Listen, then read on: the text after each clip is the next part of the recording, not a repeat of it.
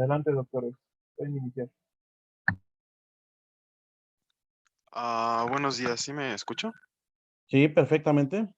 Ok, gracias. El día de hoy les voy a exponer sobre histología de hígado. La que sigue, por favor.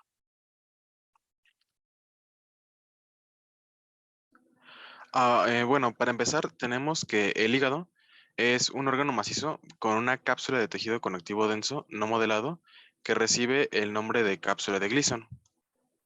A partir de esta cápsula nacen unos tabiques que delimitarán a los lobulillos, dándole una forma hexagonal.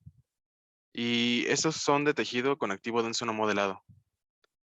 A pesar de que se describe el lobulillo con una forma hexagonal, esta puede cumplirse o no cuando nosotros los veamos al microscopio. En cuanto a su estroma, está formado por tejido conectivo denso no modelado y el parénquima está dado por los hepatocitos, los cuales van a estar organizados de manera radiada en torno a la vena central o centrolobulillar, formando cordones llamados cordones de Remack. Aquí en la imagen podemos ver de color un poco azul el tabique que si podemos ver es le está dando al lobulillo una forma hexagonal. Y Ujú. los puntos rojos que se pueden ver o rosas son los hepatocitos. Y por último, al centro está también ahí indicado lo que es la vena central o vena centrolobulillar. La que sigue, por favor.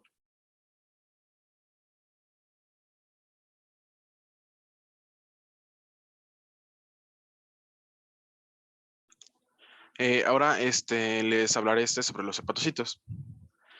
Tenemos que los hepatocitos son células poligonales grandes que miden entre 20 y 30 micrómetros, los cuales conforman el 80% de la población celular del hígado. Su núcleo se caracteriza por ser grande, redondo, central y con uno o dos nucleolos evidentes. Su citoplasma suele ser acidófilo. Entre sus organelos más importantes, primero tenemos a los peroxisomas, los cuales son muy abundantes ya que un hepatocito puede tener entre 200 a 300 de estos. Son relativamente grandes con un diámetro de entre 0.2 y 1 micrómetros. Desempeñan una función similar a la de las mitocondrias, siendo la principal fuente de energía de los hepatocitos.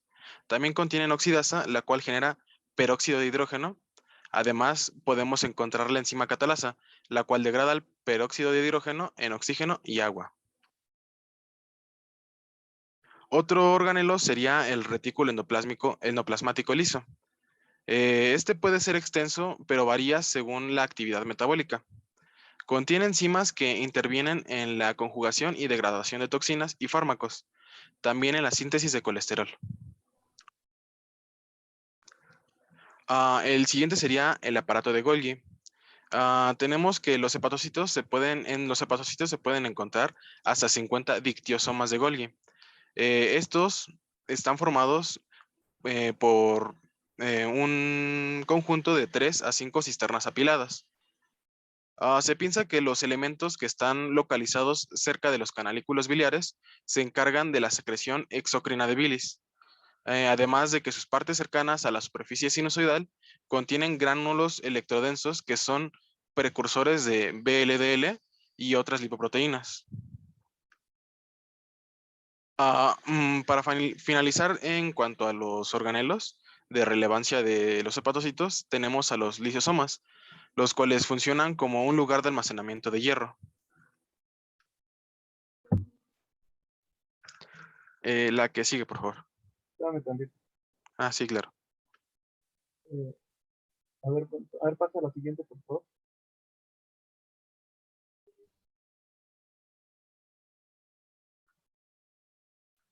Antes. Sí, pásame la del hepatocito antes de que hables de, del espacio porta. No, la del hepatocito, por favor.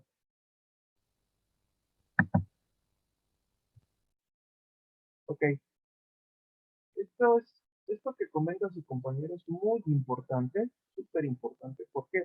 Porque al final de cuentas, la fisiología de nuestro hígado va a partir por esta célula en particular, el hepatocito. Entonces, al final de cuentas, nuestro hígado tiene un parénquima. Acuérdense que las glándulas tienen parénquima y estroma. Entonces, el parénquima es el tejido funcional y el estroma es el tejido de soporte, ¿no? El que brinda las cápsulas, bueno, todo esto, ¿no? De hecho, la cápsula hepática de Gleason forma parte del estroma del hígado. Y el parénquima va a estar conformado por una serie de células que le van a dar función o que van a llevar a cabo varias funciones, entre ellas la más importante es el hepatocito. Vean el número, ¿no? En proporción de todo el parénquima, el 80% del parénquima hepático está conformado por hepatocitos. Ahora, como bien dice su compañero, son células poligonales que van a tener varios polos o van a tener varias paredes, ¿vale? Su membrana va a estar conformada por varias paredes. Vamos a estudiar una pared o un polo apical, un polo vasolateral. Es importante, muchachos, que entender que el polo o la pared apical va a ser la que esté en contacto o va a ser la que va a ser la que va a estar cercana al capilar, al sinusoide, ¿vale? Y este polo va a ser el que va a estar característicamente va a tener eh, microvellosidades, ¿vale? Entonces vamos a estudiarle unas microvellosidades en el polo apical, en la pared apical del hepatocito. Las paredes vasolaterales van a estar en comunicación con el canalículo biliar para la liberación de bilis hepática. Y también, bueno, este hepatocito, estos hepatocitos van a conformar placas, como bien decía su compañero, ¿no? Van a formar placas de hepatocitos que ya en los esquemas siguientes pues vamos a ver mejor esquematizados, ¿no? Vamos a ver cómo estas células forman placas, forman cordones de hepatocitos. Bueno, en cuanto a los organelos más relevantes, bueno, ahí su compañero enlista algunos, pero no son los únicos. Realmente yo podría decir que esta es una de las células que mayor cantidad de organelos tiene y todos los organelos van a trabajar en forma conjunta para que el hepatocito lleve a cabo las 800 a 1200 funciones que lleva, que bueno, ya en fisiología las vamos a resumir en unas 8, 9 funciones, ¿no? En términos generales. Por ejemplo, dice ahí su compañero, los peroxisomas son importantes. Nos comentaba sobre el peróxido de hidrógeno y demás. Y el peroxisoma, bueno, básicamente está centrado en funciones de biotransformación, sobre todo de alcohol, ¿sale? Alcohol, algunos fármacos se pueden, en este caso, metabolizar, ¿no? Eh, por este tipo de sistema, ¿no? Por el grupo de peroxisomas. Es importante, muchachos, entender que el metabolismo de una molécula, de una sustancia que lo vamos a ver en fisiología, el objetivo es volver una molécula liposoluble en hidrosoluble y para que sea fácilmente eliminable por los emuntorios, ¿no? Por los sistemas emuntorios o los sistemas de eliminación del cuerpo, ¿no? La vía biliar, la vía urinaria, el sudor, etcétera, ¿no? Bueno, entonces los peroxisomas cumplen con funciones de catabolismo de fármacos, alcohol. Lo mismo que el retículo endoplasmático liso, ¿vale?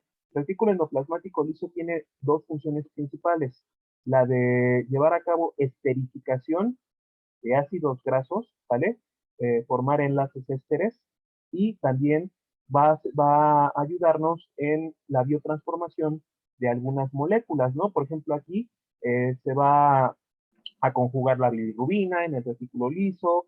Aquí en el retículo liso también parte del alcohol y algunos fármacos también se van a metabolizar, ¿vale? Cuando veamos metabolismo del alcohol vamos a ver la vía microsomal. La vía microsomal es la que se refiere a la del retículo liso, ¿no? Vamos a ver también una vía mitocondrial, ¿vale? Y vamos a ver una vía citosólica, ¿vale? Que bueno, básicamente ahí participan los peroxisomas.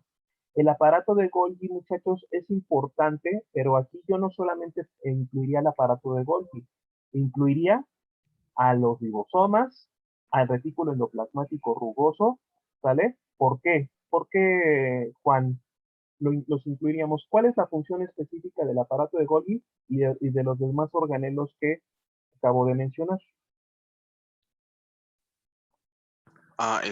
Bueno, del aparato de Golgi.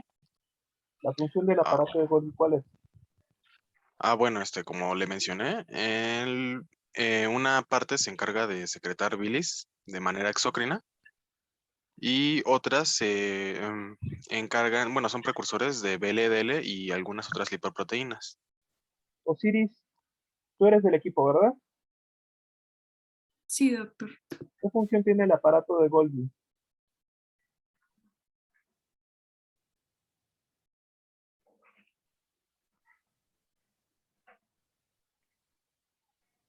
Osiris, ¿No lo recuerdan, chicos? ¿quién más es del equipo? Pues como mencionó Juan, pues sí también, funciona en la secreción, ¿no? Am, pues de sustancias como mm, proteínas. Ojo, ya se están acercando. ¿Cuál es tu nombre? Osiris. Ah, Osiris. Ok, Osiris. Te estás acercando. Bueno, este, esto, bueno, seguramente ya lo vieron en bioquímica y en biología celular. Parece que ahí es donde les explican esta parte. El aparato de Golgi, muchachos, acuérdense que tiene relevancia porque ahí es donde se empaquetan las proteínas, ¿no? Acuérdense que nuestras, algunas células como esta, por ejemplo, va a producir proteínas, muchas proteínas, muchachos. Ya vamos a ver en su momento en fisiología que se producen proteínas plasmáticas, precursor de hormonas, enzimas, entre otras. Bueno, entonces, para que las mismas lipoproteínas van a sintetizarse proteínas no solamente simples, sino también complejas, como las lipoproteínas, como las VLDL, las LDL, las mismas HDL, ¿vale? Las lipoproteínas de muy baja, baja y de alta densidad respectivamente. El aparato de Golgi, muchachos, tiene la función de empaquetar proteínas, ¿no? Va a ser el sitio donde se empaquete, donde se lleva a cabo el empaquetamiento final para la síntesis de una proteína. ¿Para qué? Para poderla secretar, como la albúmina, las alfa-betaglobulinas, entre otras, ¿no? Pero para la síntesis de proteínas, acuérdense, si el hígado, si el hepatocito tiene capacidad de síntesis de proteínas, pues para llevar a cabo la síntesis proteínica, ¿qué se requiere? Pues se requiere desde el núcleo. ¿Por qué? Porque se requiere tener un núcleo bien desarrollado. ¿Por qué? Porque el núcleo, muchachos, el núcleo es donde se va a encontrar la información genética. ¿Qué proceso se va a llevar a cabo en el núcleo, muchachos? Esto a lo mejor también en endocrino lo han visto. ¿Cómo se llama ese proceso en el cual se copia se forma ARN mensajero a partir de ADN? Empieza con T, empieza con trans. Juan, La transcripción. Transcripción. exactamente, la transcripción. Entonces, yo tengo genes, yo tengo cromosomas en el núcleo, por eso mi núcleo es bien desarrollado, ¿no? Tú lo mencionabas, de ahí su relevancia. Ahí tenemos los genes, los cromosomas para síntesis de una proteína en específico, ¿no? Ya decíamos albúmina, globulinas, factores de coagulación, precursor de hormonas, entre otras. Bueno, una vez que se lleva a cabo la transcripción nuclear, se forma ARN mensajero. Ese ARN mensajero se une a una ARN de transferencia en el ribosoma, de ahí que los ribosomas también sean abundantes en estas células, en un proceso llamado traducción para formar un primer precursor, una preproteína, ¿no? Y ya después en el retículo endoplástico rugoso y en el aparato de Golgi se termina de realizar el corte y confección, yo le llamo así en forma coloquial, ¿no? Pero bueno, en realidad son una serie de reacciones de proteólisis en la cual se va a terminar de formar una proteína, ¿no? Una proteína en específico. Entonces también el retículo endoplasmático rugoso participa junto con los ribosomas, el núcleo y el aparato de Golgi en la síntesis de proteínas. Por eso su relevancia también en estas células. Este tipo de organelos van a estar estrechamente o van a estar bastante desarrollados con relación a otro tipo de células. ¿Vale? ¿Por qué? Porque el hepatocito sintetiza proteínas. Con relación a los lisosomas, bueno, pues también acuérdense que los lisosomas tienen relevancia porque llevan a cabo reacciones de proteólisis, ¿no? Siempre decimos que es como el estómago de las células, ¿no? Llevan a cabo reacciones de proteólisis. También aquí sería importante mencionar, muchachos, las mitocondrias. ¿Por qué? Pues porque al final de cuentas el hígado es un órgano metabólico por excelencia. Aquí se van a llevar reacciones metabólicas como el ciclo de Krebs, decía ayer el doctor, se llevan a cabo reacciones de beta oxidación, ¿no? Como parte del catabolismo de ácidos grasos, se pueden llevar a cabo reacciones de gluconeogénesis, ¿no? O sea, gran parte de lo que es el metabolismo de los nutrimentos, ¿no? De los nutrimentos, tanto carbohidratos, lípidos, proteínas, se llevan a cabo a nivel mitocondrial, ¿no? La obtención de energía, pues, es lo que principalmente nos llama la atención.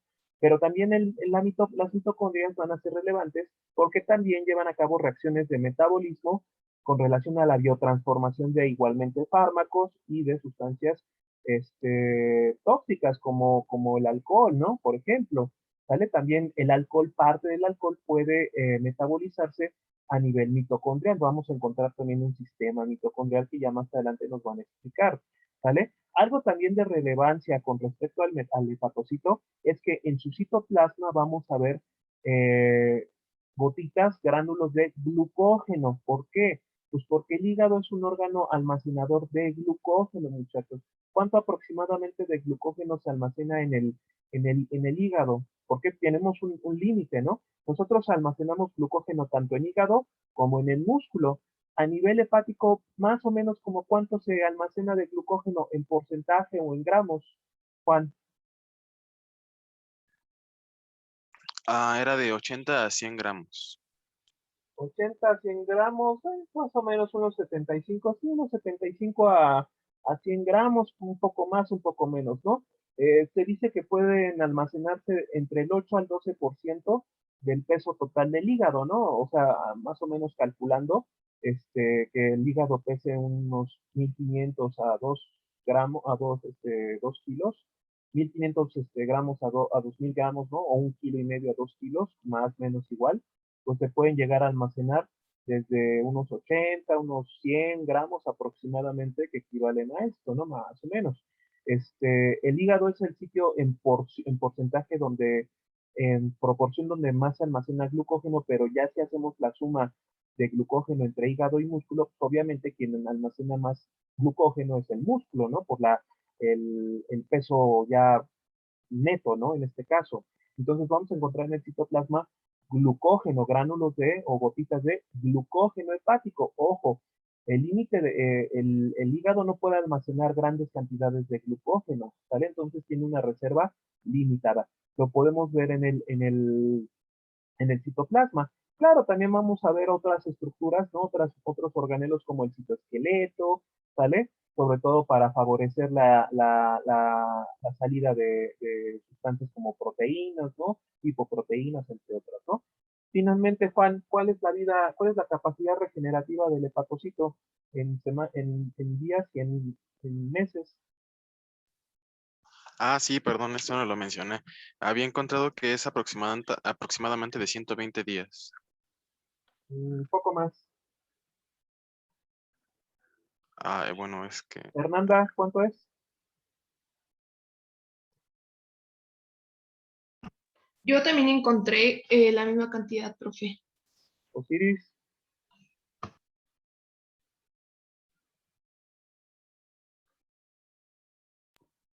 No, no sé, profe. ¿Qué capacidad regenerativa tienen los hepatocitos? Dicen sus compañeros que son de 120 días, pero es un poco más. Fíjense, un poco más. ¿Cuánto piensan que puede ser? volví a checar mis notas y también decía que puede ser de 120 hasta 150 días.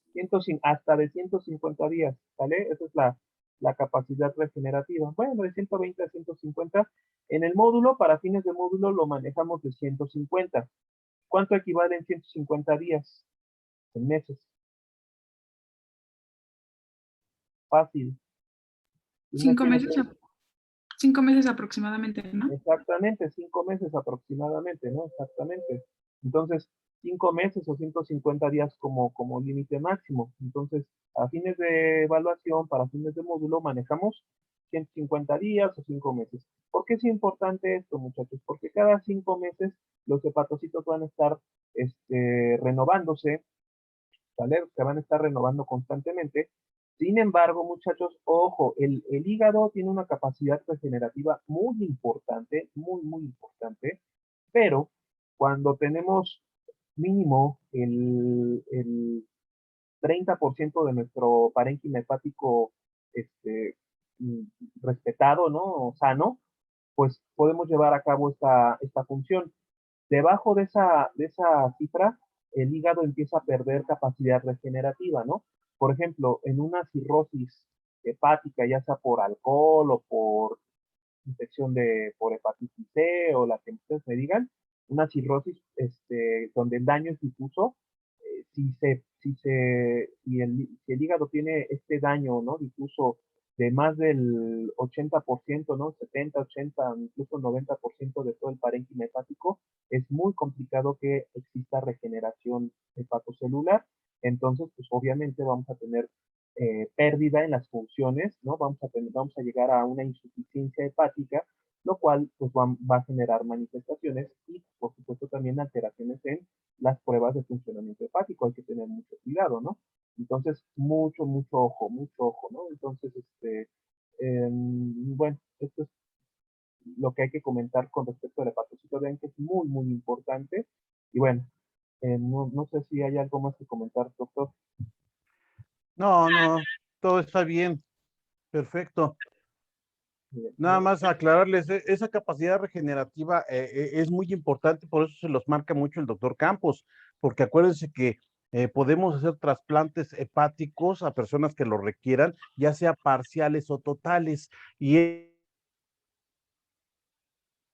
esa parcialidad es de que de un individuo vivo a otro individuo vivo podemos tomar una parte, una porción, ¿sí? De ese hígado que está sano para podérsela proporcionar al individuo que está enfermo, ¿sí? Esta capacidad regenerativa nos va a ayudar para que alcancemos nuevamente hacer todas las funciones que se están haciendo en el hígado, y por eso es importante que tomen en consideración esa capacidad regenerativa que tiene el hígado, que es muy alta, ¿sí? Entonces, nada más con esto para que continúe Juan.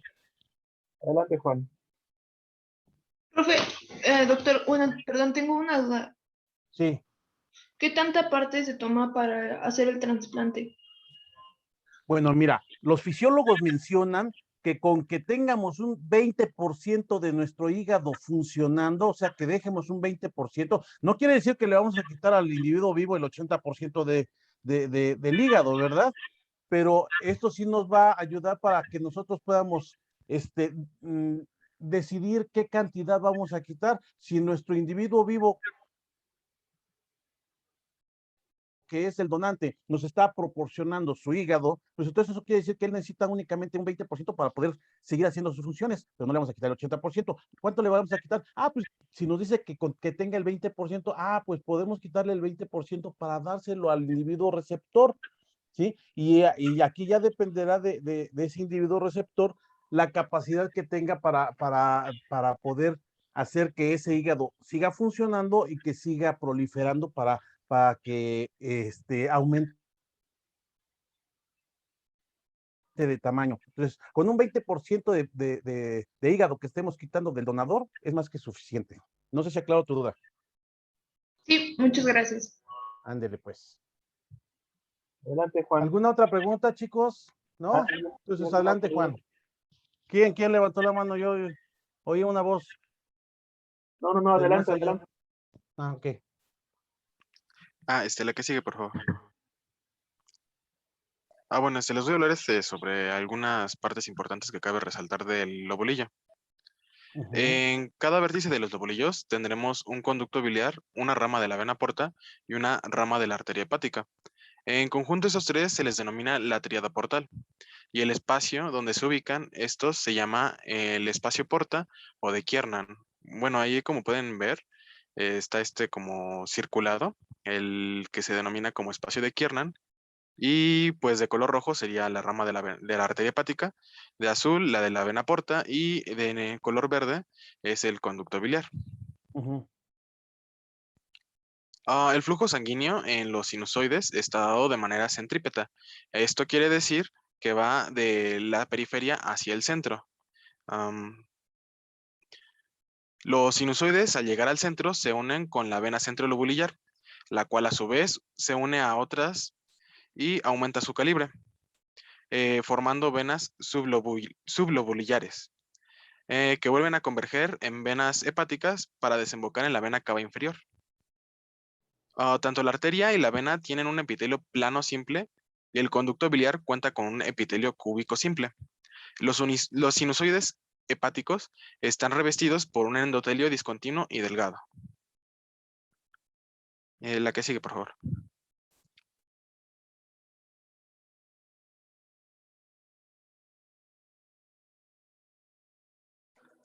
Además de los hepatocitos, vamos a tener otras células relevantes.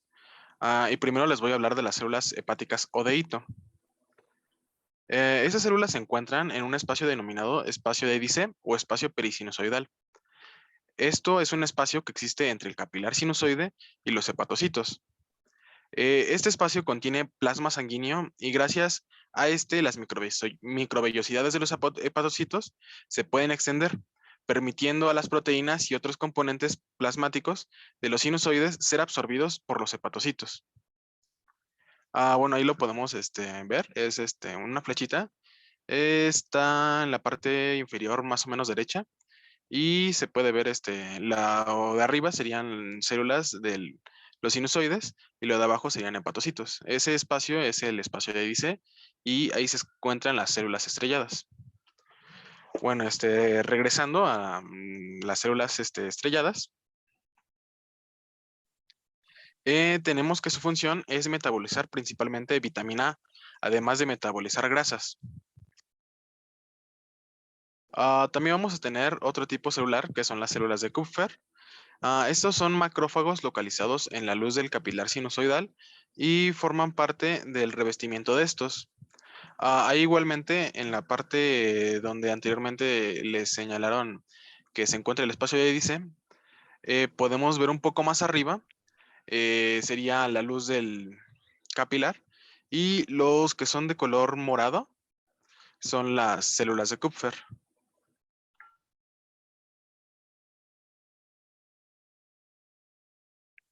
La que sigue, por favor.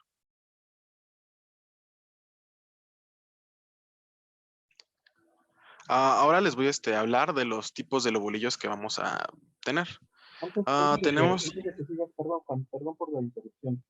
Este, nada más aclarando, las células de hito más que más que metabolizar vitamina A y lípidos, son almacenadoras.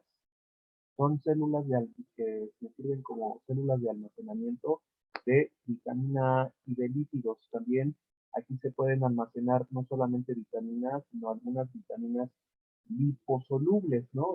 Como también la vitamina D se puede de cierta manera almacenar, una pequeña, muy pequeña cantidad de vitamina E, pero bueno, sobre todo es vitamina A y vitamina D lo que logran almacenar las células de hito, ¿no? Vitamina A, lípidos, por eso también a lo mejor si la encuentran en las evaluaciones, a la célula de hito también la conocemos como lipocito, ¿vale? Lipocito, así también se le conoce, ¿vale? Se las pueden preguntar así o puede venir en una pregunta así. Estas células de hito, muchachos, que se encuentran en el espacio de Bliss, ¿me puedes regresar la imagen, por favor? El espacio de Bliss pues, es un espacio, muchachos, muy interesante, es un espacio que comprende, que se encuentra entre la placa de hepatocitos y el capilar sinusoidal, ¿no? Vemos que ahí los sinusoides están, eh, bueno, realmente son capilares dilatados, ¿no? Penetrados. Esas penetraciones son para que el paso de sustancias como glucosa, como aminoácidos, agua, tóxicos, ¿no? Alcohol, por ejemplo, fármacos puedan pasar desde el capilar hacia el espacio de Vis y después del espacio de Vis son captados por las microvellosidades del propio hepatocito. Bueno, entonces a ese espacio de Vis le llamamos también perisinusoidal porque está rodeando al sinusoide hepático. La relevancia de este espacio de Vis, muchachos, es que aquí es donde se produce la linfa hepática, ¿vale? Eso es importante. La linfa hepática es producida en el espacio de Vis. También importante de mencionar del espacio de Vis es que ahí se encuentran esas células estrelladas que dice su compañero o células de hito, que ya dijimos su función.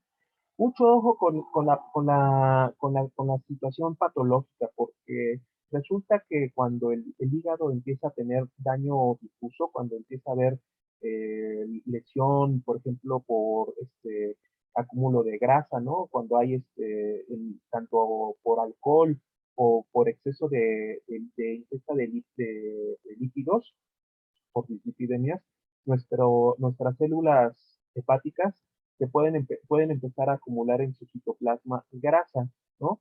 Material graso, triglicéridos para ser exactos. Y empiezan entonces a invadir toda la estructura celular y eso es a lo que nosotros llamamos como esteatosis hepática, lo que ustedes comúnmente llaman como hígado graso, ¿no? Pues se llama esteatosis hepática esta situación. Cuando estamos en un estado de esteatosis hepática, por ejemplo, en una persona que esté ingiriendo alcohol de forma crónica, el asunto todavía es reversible. Pero ¿qué pasa cuando sigue la persona ingiriendo bebida alcohólica o sigue mal alimentándose? Pues lamentablemente este material graso en el citoplasma, las células de hito empiezan a detectar que hay algo extraño y empiezan a comportarse como fibroblastos, empiezan a producir material de fibrosis, material de cicatrización, fibras de colágena y ese acúmulo de grasa empieza a verse sustituido por tejido fibroso, ¿vale? Entonces, de a poco en poco, el hígado empieza a cambiar en su citoplasma, ¿no? Su estructura celular empieza a cambiar y empiezan a presentarse zonas de cicatrización, ¿no? Zonas de fibrosis. La fibrosis ya es lo que nosotros podríamos decir es la antesala a la cirrosis hepática, ¿no? Ya cuando vemos un daño difuso, ¿no? Con fibrosis hepática, es cuando ya nosotros decimos que hay cirrosis, ¿no? Acuérdense que el diagnóstico de cirrosis es histopatológico, ¿no? Yo no puedo hacer el diagnóstico de cirrosis de forma clínica, ¿no? Yo lo que veo son manifestaciones de insuficiencia hepática, de que este hígado no está llevando a cabo sus funciones homeostáticas. Si yo quiero diagnosticar una cirrosis hepática, obviamente tengo que tomarle una biopsia, ¿no? Para ver ahí y evidenciar que hay fibrosis, que hay zonas de cicatrización de los globulillos y del propio hepatocito para decir, pues es una cirrosis hepática, ¿no? Puede ser por alcohol, puede ser por hepatitis, etcétera, ¿no? Adelante. Ay, doctor, yo quería mencionar algo. Sí, María Fernanda, di. Yo encontré que en las células de Kupffer se van Ujú. a hallar se van a hallar en la parte que mencionó mi compañero, pero aparte sus funciones principales van a ser lo que es desintegrar los eritrocitos viejos para así, y digerir la hemoglobina, secretar las proteínas que van a estar relacionadas con los procesos inmunitarios y también destruir las bacterias que puedan penetrar en la sangre portal Ujú. desde el intestino grueso. Y bueno, estas células van a constituir cerca del 15% de la población celular del hígado. Muy bien, sí, tienes razón. Sí, de hecho, al principio de la plática, bueno, no me acuerdo si se lo mencionaron, pero sí, creo que sí lo dijo Juan, el 80% del tejido parenquimatoso, del tejido funcional que tenemos en el hígado, son los hepatocitos. El otro 20% está constituido por diferentes tipos celulares que vamos a tener en el hígado. Entre esos tejidos que encontramos, además de los hepatocitos, podemos encontrar las células de von Kupffer, esas células macrófagas que se encuentran dentro del sinusoide hepático, que cumplen las funciones que nos acabas de decir, Marifer, ¿sí? Además de esta, como tú dices, van a ocupar aproximadamente el 15% de la población total del parénquima hepático, y el otro 5% va a estar distribuido en diferentes tipos celulares, entre ellos, pues el tejido de los sinusoides hepáticos, las paredes epiteliales que se están formando de esos sinusoides, además de que también vamos a tener las llamadas células de hito, que como ya las describieron ahorita ampliamente tanto el doctor Campos como Juan, esas células de hito pues nos van a permitir la capacidad de poder almacenar ahí, no únicamente grasas, ¿verdad? También almacenamos ahí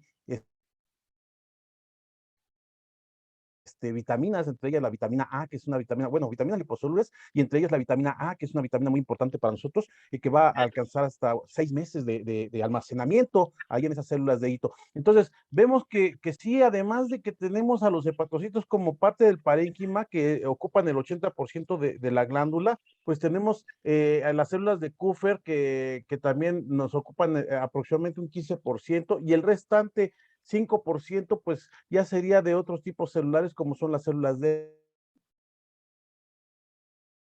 hito, como son los endotelios de los sinusoides, etcétera, etcétera. ¿De acuerdo? Muchas gracias, Marifer. Agregando a lo que a lo que mencionó ya el doctor Eduardo Ramírez y a lo que tú estás mencionando, Marifer, las células de Kupffer, como tú bien lo dices, son macrófagos, ¿vale? Nosotros vamos a encontrar macrófagos en, bueno, obviamente los macrófagos están circulando en todo el cuerpo, pero vamos a encontrar macrófagos especializados, me refiero, ¿no? A especializados en sitios específicos, ¿no? Por ejemplo, a lo mejor ustedes ya escucharon cuando vieron el sistema urinario, ¿no? En ciclo 2 escucharon de las células del mesangio, ¿no? Las células mesangiales. Cuando vieron respiratorio, a lo mejor hablaron de los macrófagos alveolares, ¿no? A nivel pulmonar. Nervioso, cuando pasen al siguiente ciclo, van a hablar de las células de la microglía, ¿no? En el sistema, como parte del sistema nervioso. Y aquí vamos a encontrar estas células, ¿no? Estas células macrófagas llamadas células de Kupffer o de von Kupffer, también así se les llaman. ¿Qué funciones tienen? Como tú bien lo dices, ¿no? Van a llevar a cabo fagocitosis de algunos microorganismos, ¿no? De algunas bacterias, para formar parte del sistema de defensa, ¿no? Si en un momento dado, acuérdense que nosotros en el tubo digestivo tenemos tejido linfoide, tenemos placas de Peyer, tenemos células M, y esta es nuestra primera barrera bueno, también ni decir de las amígdalas, ¿no? Tenemos nuestra primera barrera de defensa. Si algún microorganismo burla este primer sistema de defensa, ¿no? Esta primera barrera, tenemos una segunda barrera a nivel hepático, ¿no? Sobre todo si se absorben microorganismos o toxinas a nivel portal, ¿no? A nivel de la circulación portal. Entonces, las células de Kupffer van a servirnos como nuestra segunda barrera de defensa.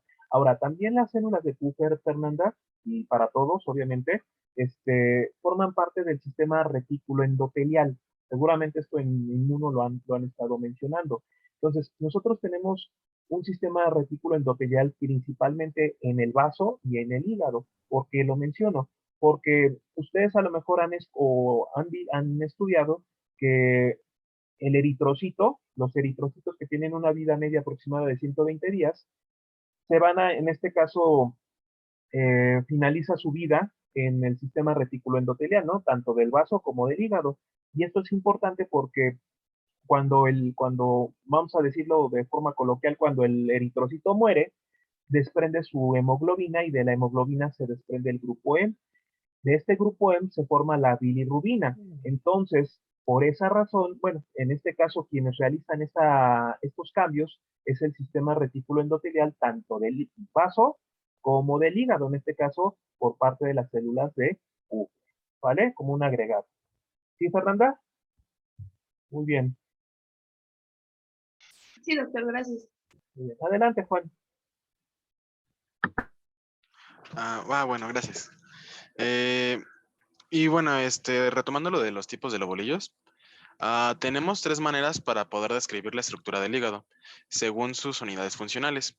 El primero va a ser el lobulillo hepático clásico. El segundo es el lobulillo portal y el tercero es el acino hepático o lobulillo de Rappaport. A ver, nada Ahorita más una cosa aquí, Juan. La unidad funcional del hígado es el hepatocito, ¿eh? Lo que estamos describiendo aquí en este momento son unidades anatómico-funcionales, ¿sí? La unidad anatómico-funcional se compone de diferentes estructuras, de diferentes tipos celulares. La unidad funcional es únicamente la célula que se encarga de llevar a cabo las funciones del hígado. Quiero que quede bien claro, porque a veces en el examen les preguntan, la unidad funcional del hígado es, y ponen el lobulillo de Rappaport. Y perdón, discúlpeme, pero eso no es la unidad funcional. La unidad funcional es el hepatocito. Que quede bien claro, por favor. Ahora sí, adelante, Juan. Perdón.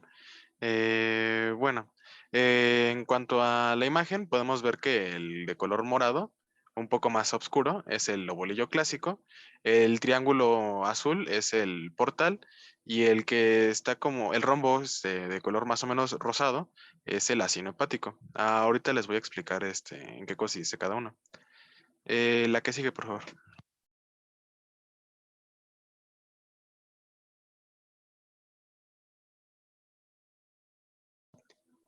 Bueno, primero voy a hablar del lobulillo hepático o lobulillo clásico. Bueno, ya les había mencionado algunas cosas como que va a tener una forma hexagonal, la cual puede variar y puede variar y no necesariamente ser hexagonal. También va a presentar la triada en cada uno de los vértices en el espacio de Kiernan. Y este se compone de pilas de cordones anastomosados de hepatocitos, los cuales se encuentran separados por los capilares sinusoidales, los cuales perfunden con una mezcla de sangre portal y arterial, una mezcla de sangre portal y arterial que viene de la triada. Se mezclan la rama de la arteria hepática y de la vena porta.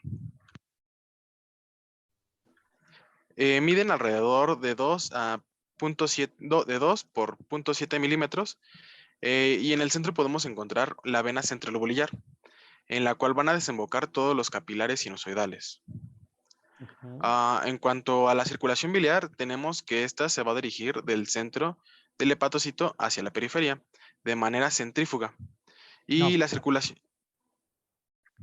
No es del centro del hepatocito, es del centro del lobulillo Sí, perdón. hepático. Del centro del lobulillo hepático, perdón. Y la circulación sanguínea está Ok, dada por adelante. los... Sí, perdón. La circulación sanguínea está dada por los capilares sinusoidales y esta se va a dar de manera centrípeta, de la periferia del lobulillo al centro de este. Ajá. Ahí les señalé de color rojo lo que sería la circulación sanguínea y de color verde Perfecto. la biliar, para que Ok, quede un poco más claro. muy Y bien. también les señalé los vértices porque, como ya les había mencionado, ahí se van a ubicar las tríadas. Y de ahí van a surgir tanto los sinusoidales, los capilares sinusoidales, como van a terminar los conductos biliares. Muy bien. La que sigue, por favor.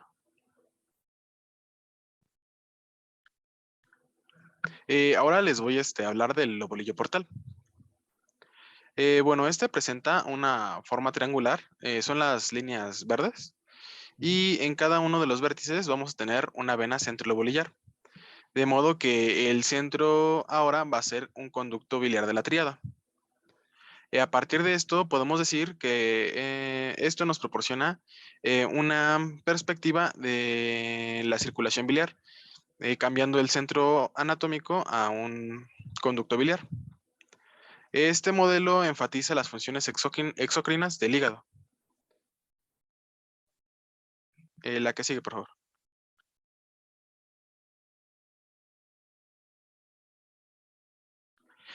Por último, vamos a tener al acino hepático o lobulillo de Rappaport.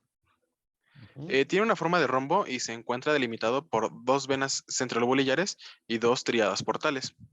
Su eje mayor está dado por una línea que va de una vena centrolobulillar a la otra centrolobulillar mientras que su eje menor está dado por una línea dada que va desde una tríada portal hasta otra tríada portal. Su orden sería tríada portal, vena centrolobulillar, tríada portal y vena centrolobulillar. Este está dividido por zonas. Ahí podemos ver de colores las zonas. La 1 sería la más cercana a las tríadas. La 2 es una zona intermedia y la 3 es la más cercana a la vena centrolobulillar. De esto podemos ver que la primera zona que va a recibir el aporte de oxígeno será la zona 1 y la última va a ser la zona 3. La función de este modelo es para explicar ciertos efectos tóxicos del parénquima hepático o patrones de degeneración. Un ejemplo de esto es que en caso de que en la circulación exista una toxina, la primera zona afectada sería la número 1 y por último sería la zona número 3. Ujú. Y eso sería todo. ¿Dudas, chicos? ¿Preguntas, aclaraciones hasta aquí? ¿Algo más que quieran agregar? ¿Algo que no quede comprendido con respecto a los modelos funcionales del hígado?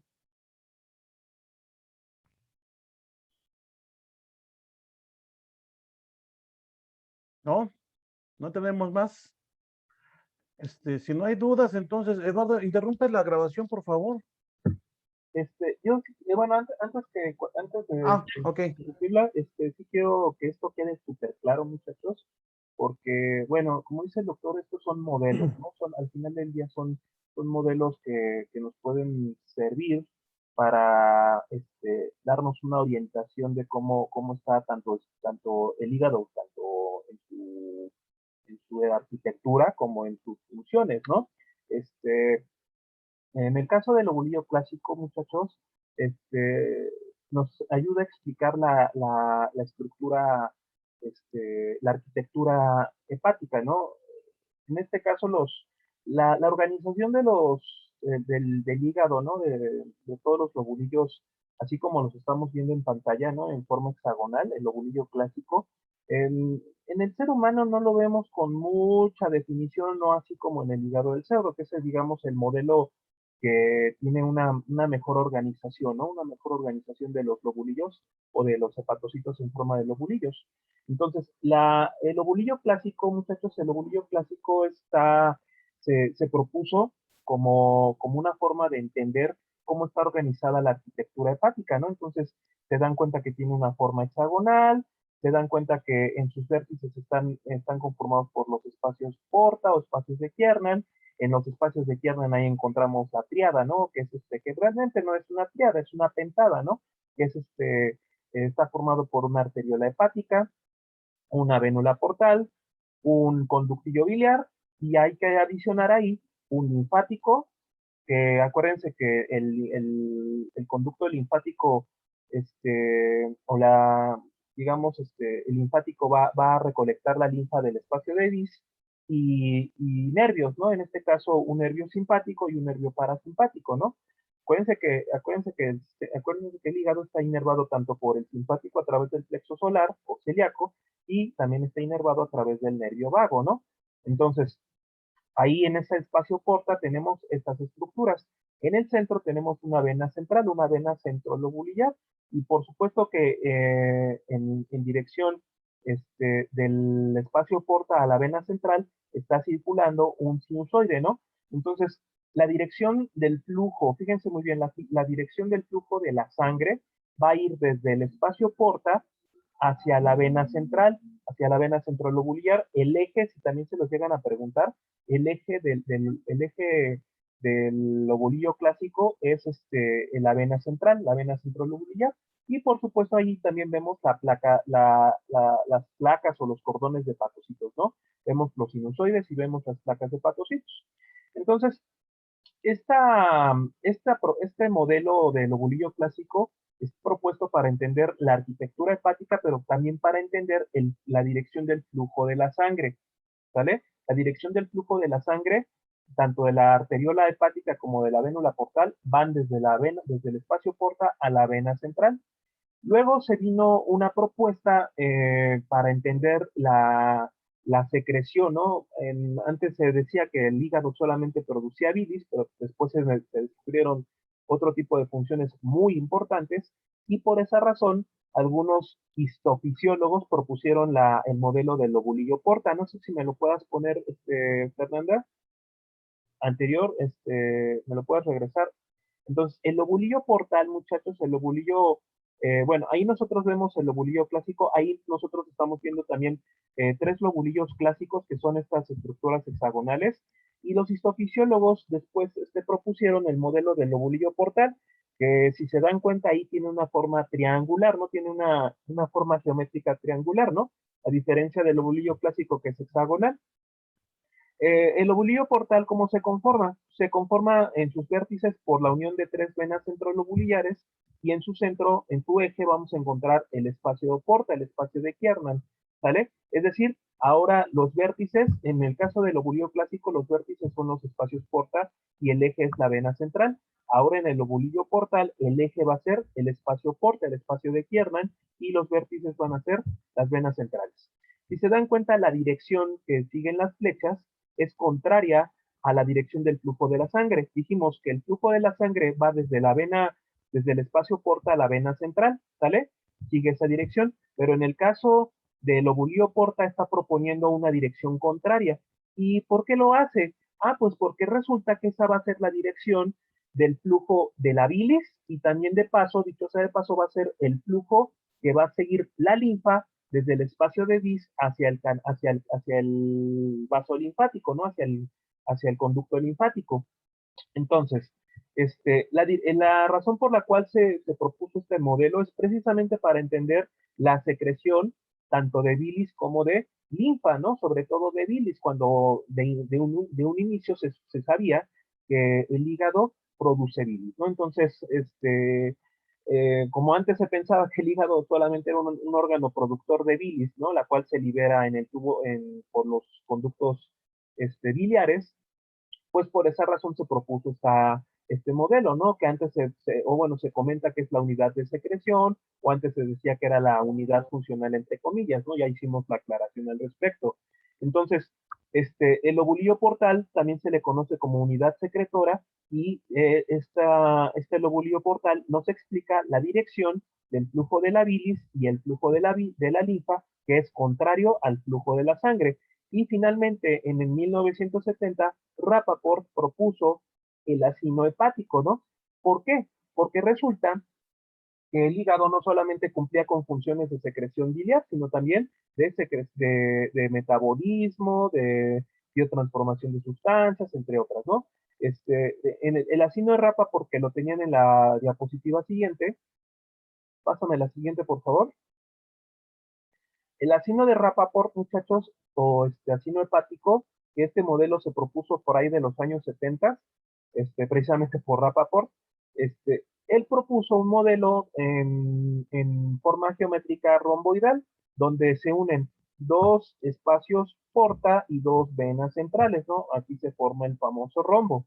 ¿Y por qué se propuso esto, muchachos? Porque una vez que se empezaron a descubrir las múltiples funciones que lleva a cabo el hígado muy, muy relevantes, pues resulta que este modelo nos ayuda a entender cuál es la actividad metabólica de cada una de las partes de la placa de hepatocitos, ¿no? Entonces, desde el espacio porta hacia la vena central voy a tener una placa de hepatocitos, pero esta placa de hepatocitos va a estar diferenciada en varias zonas, ¿no? Vamos a tener una zona que está cercana al espacio porta, una zona intermedia y una zona cercana a la vena central, ¿no? Un grupo de hepatocitos que formen esa placa van a estar cercanos al espacio porta, otros a la vena central, y vamos a tener una zona intermedia, ¿no? Por esa razón se clasificó este ácido de Rappaport en varias zonas, ¿no? La zona 1, la zona 2 y la zona 3.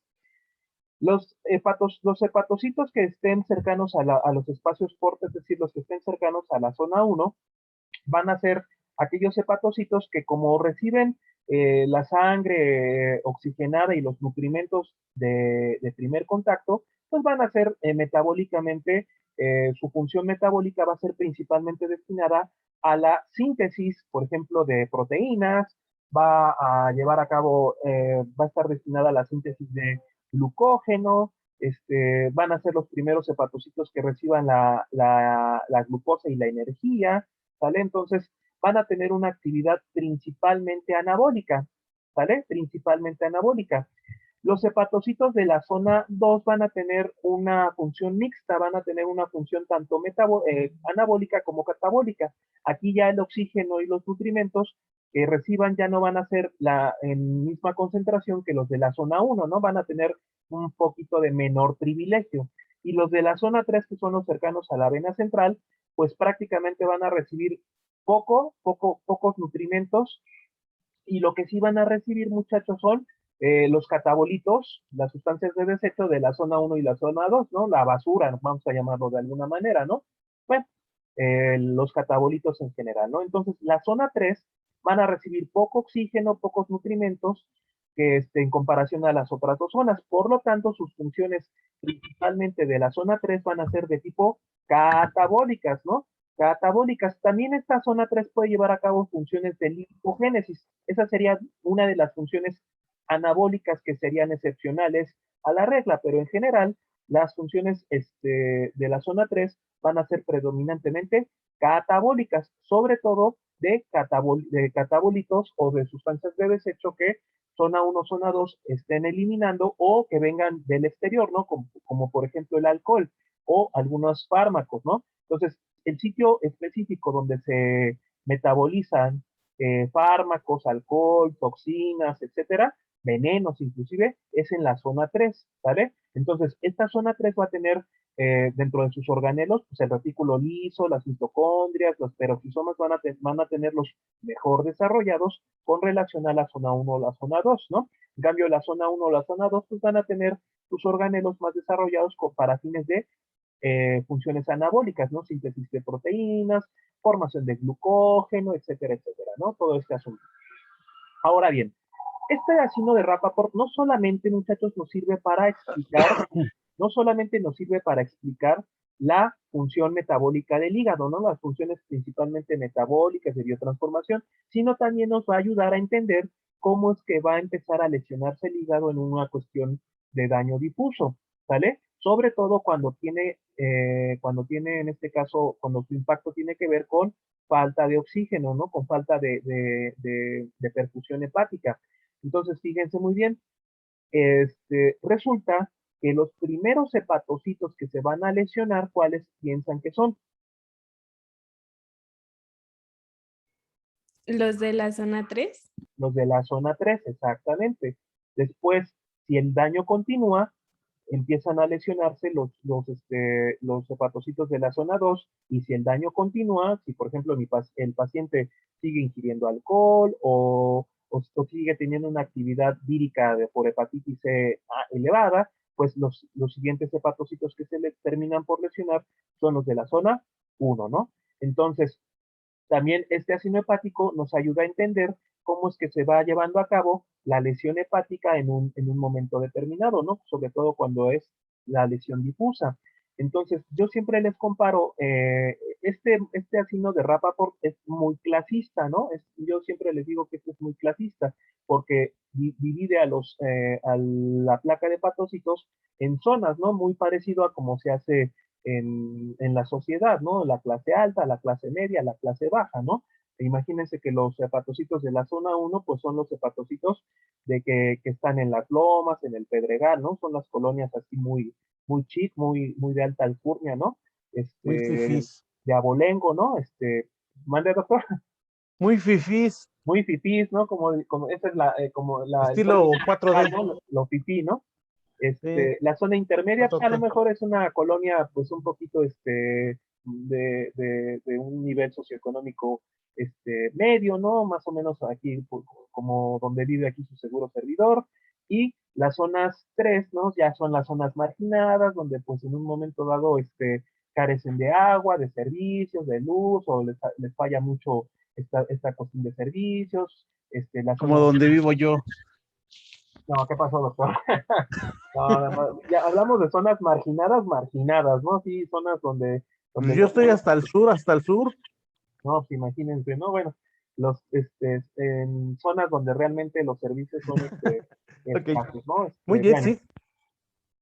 entonces, imagínenlo de esta manera, ¿no? Los de la zona uno, pues los hepatocitos de la zona uno son los privilegiados, ¿no? Son los que primero reciben el oxígeno y los nutrimentos para llevar a cabo funciones anabólicas, ¿no? En cambio, los de la zona 3, pues son los más marginados porque reciben menos oxígeno, menos nutrimentos y sobre todo reciben la basura de las otras dos zonas o los catabolitos, los tóxicos del propio medio externo, ¿no? Y para entender la parte del daño hepático, ¿no? Como decía su compañera, ¿no? Que primero son los de la zona 3, la zona 2, la zona uno, pues recuerden la historia del Titanic, ¿no? O bueno, si vieron la película del Titanic, recuerden cuál fue la clase que primero fue la que se hundió, después cuál y al final cuál, ¿no? ¿Cuál fue en el Titanic, cuál fue en el barco, cuál fue la zona la clase que se hundió primero y que fue la más afectada? La clase baja. La que llamaban tercera clase, ¿no? Después se fue hundiendo el barco y después, ¿qué clase fue la que se afectó? Segunda clase. Y al final, pues obviamente el barco se hundió y pues hundiéndose todo el barco, pues se afectó todo, ¿no? Entonces, la última clase que se hundió o que se vio afectada, pues fue la primera clase, no la clase alta, ¿no? Claro que por supuesto que los que estaban privilegiados la primera clase tuvieron mayor chance de escapar de este siniestro que los de la tercera clase, que estaban ahí alojados en lo más profundo del barco y que obviamente al hundirse primero, pues fueron los que menos chances tuvieron de sobrevivir, ¿no? Entonces, el daño difuso a nivel hepático, entendido por el ácido de Rappaport, hay que entenderlo más o menos como la historia del Titanic. ¿Sí queda claro, muchachos? Muy Sí, bien. doctor. Muy bien. Nada más, doctor. Muchas gracias. No, al contrario, gracias a ti por la explicación. Entonces interrumpimos la grabación. Yo creo que hasta aquí le vamos a dejar el día de hoy. Este, no sé si tengan más preguntas, más dudas que quieran que se les aclare, chicos. ¿Algo más que quieran agregar?